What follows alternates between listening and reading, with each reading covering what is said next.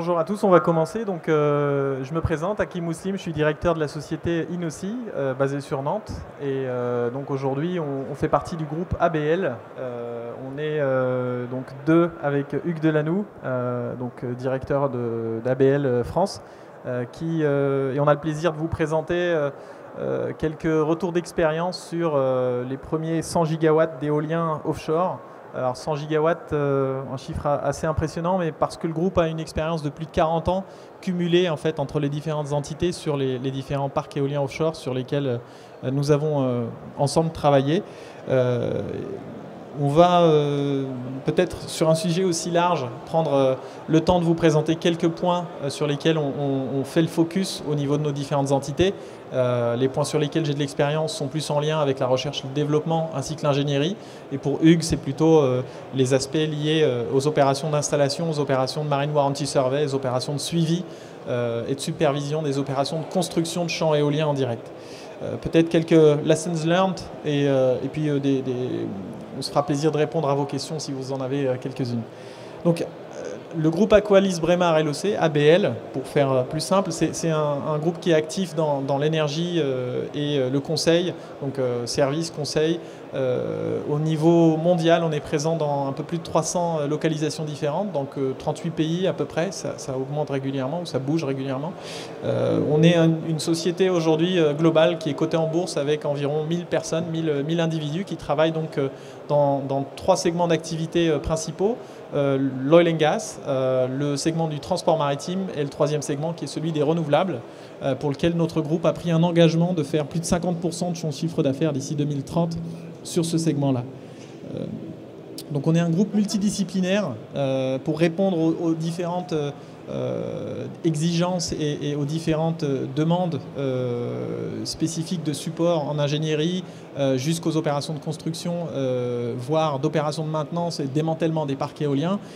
Et on a travaillé donc sur 31 projets éoliens offshore, 11 gigawatts déjà installés, 233 projets éoliens. Je vous laisse lire un peu les chiffres, mais on a un retour d'expérience aujourd'hui qui est assez important sur les différentes phases de développement de ces projets-là, et c'est ce qu'on est venu partager avec vous ce matin avec ces quelques minutes. Donc la R&D et l'ingénierie sont présentes à des moments différents au niveau de l'échelonnement de la durée de vie d'un parc éolien offshore. On va retrouver les phases de R&D tout au long on va dire de l'exercice, voire du développement du parc éolien, même bien après, et je vais vous expliquer pourquoi.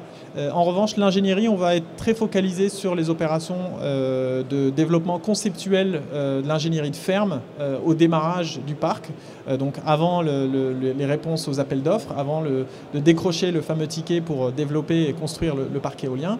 Et puis après, on va avoir des phases à des moments clés, donc des moments qu'on appelle pré-FID, avant le financement, pour lesquels il va y avoir donc différentes phases de développement et d'ingénierie, des phases de feed, et puis des phases après de basic et de detail engineering qui vont permettre aux constructeurs, aux fabricants de déployer ces plans pour la construction de ces champs éoliens.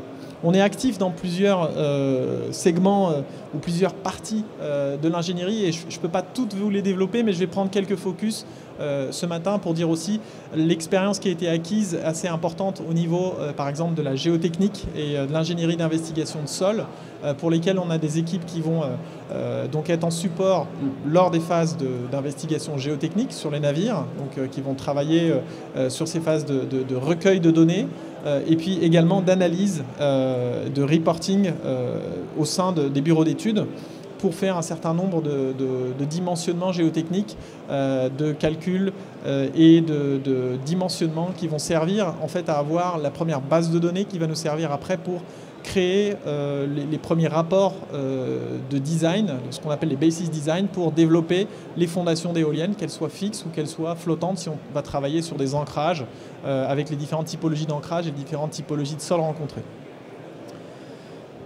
Ensuite, j'ai choisi encore un autre thème qui est totalement différent, c'est le thème du transport et de l'installation.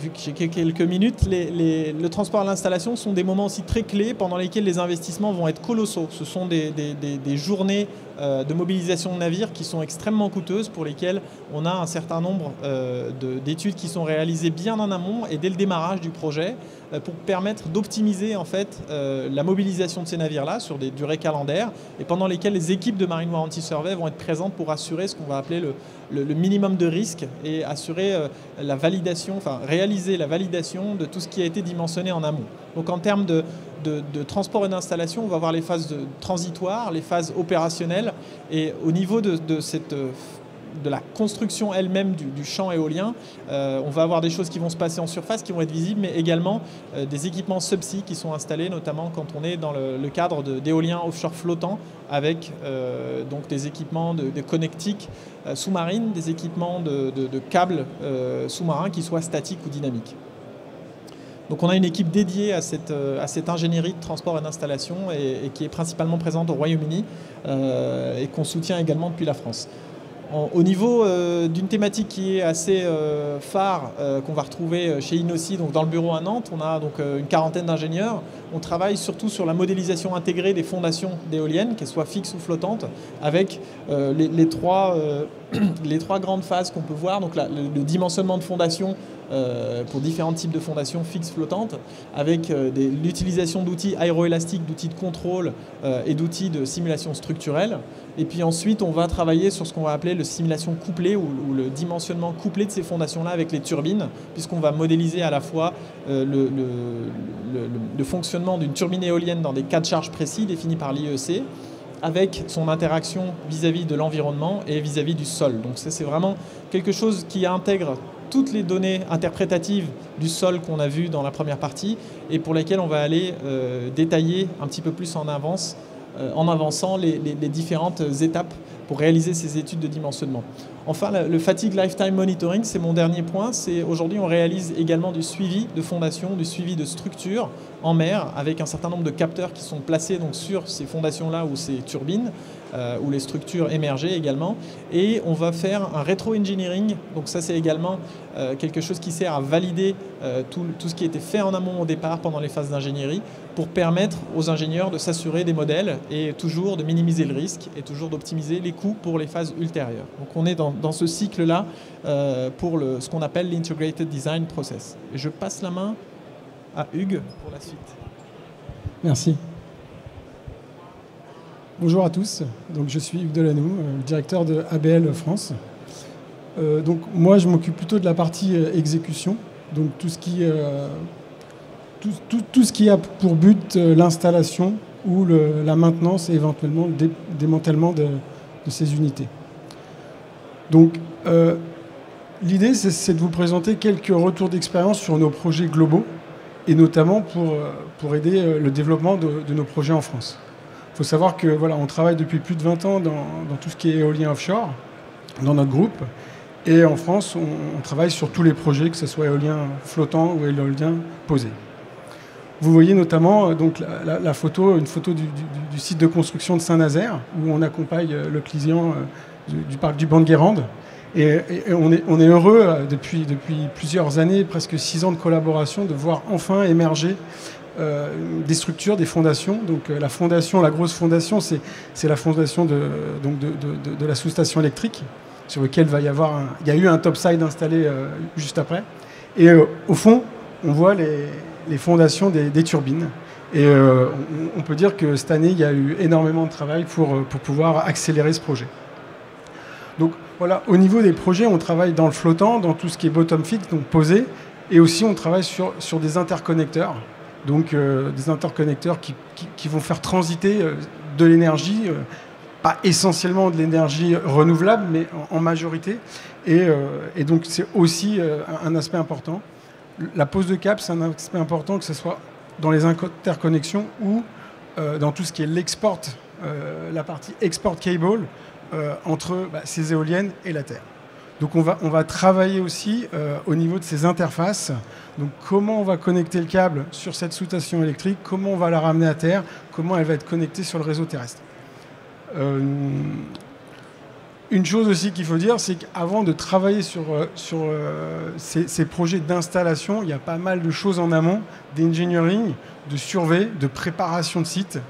Et c'est aussi ça notre travail, de faire en sorte qu'au moment où les projets se lancent, toute cette engineering, tous les bateaux, tous les moyens, toutes les entreprises qui ont leur mot à dire et qui ont aussi leur savoir-faire l'ont donné.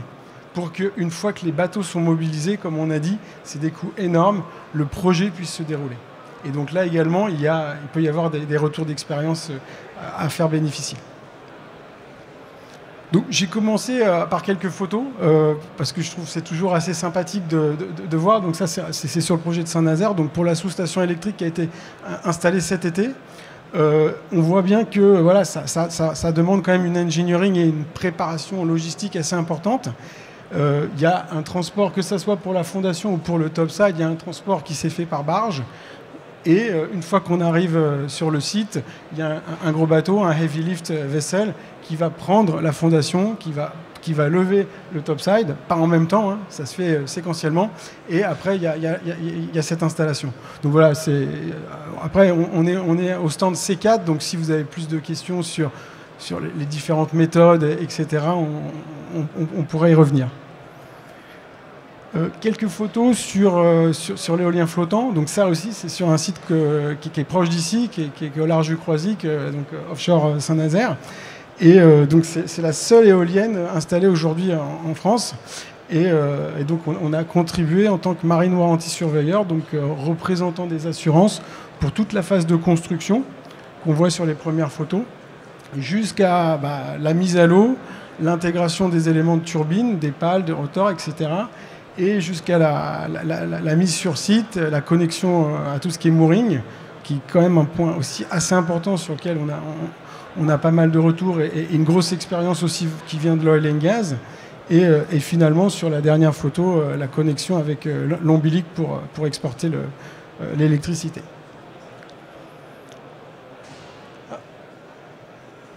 J'avais une autre photo, mais bon, j'avais un autre slide avec des photos sur les interconnexions, parce qu'on a travaillé aussi sur beaucoup d'interconnexions. Et donc, c'était pour aussi mettre en évidence notre expertise sur le câble, qui est aussi un des enjeux majeurs, parce qu'il y a pas mal d'incidents dans le câble. Et on le voit, c'est des câbles qui sont de plus en plus gros, c'est aussi des longueurs de pose qui sont de plus en plus grosses. Et donc, si le câble n'est pas bien installé, il n'y a pas d'électricité.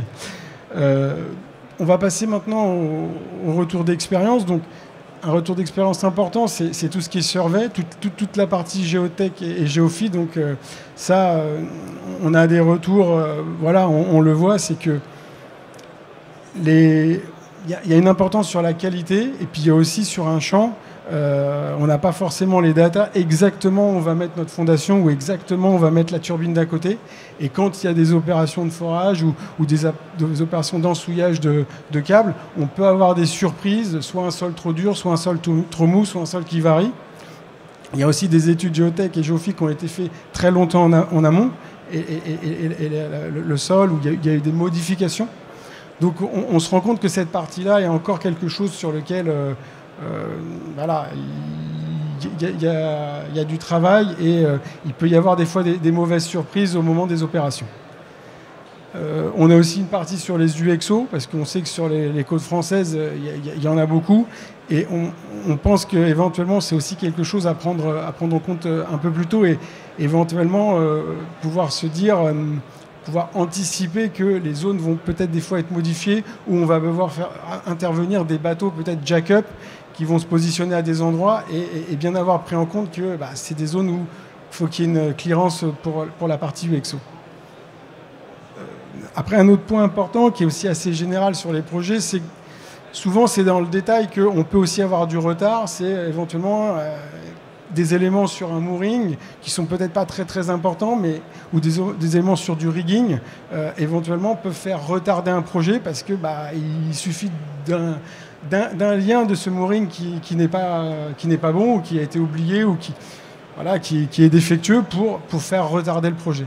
Et donc tous ces petits détails, tous ces soucis de mobilisation, démobilisation de bateaux ou éventuellement de personnel sont des choses qui peuvent faire retarder et occuper les esprits au lieu de se focaliser essentiellement sur les opérations complexes et techniques.